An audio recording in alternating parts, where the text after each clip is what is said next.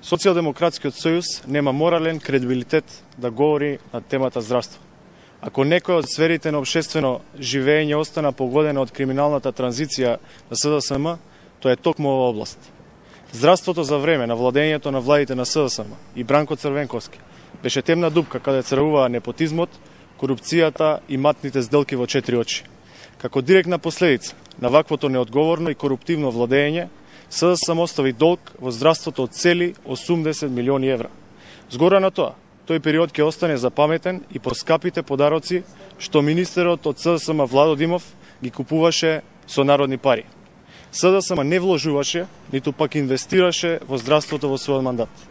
За разлика од СДСМ, владата предводена од ВМРО ДПМН ги враќа големите долгови кои што ги остави токму СДСМ и во исто време инвестира повеќе од 80 милиони евра за набавка на нова опрема во здравството.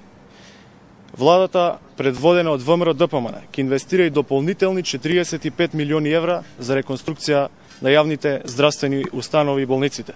Едноставно, Социјалдемократскиот сојуз мора да свати дека нивните лаги веќе не поминуваат. Благодарам.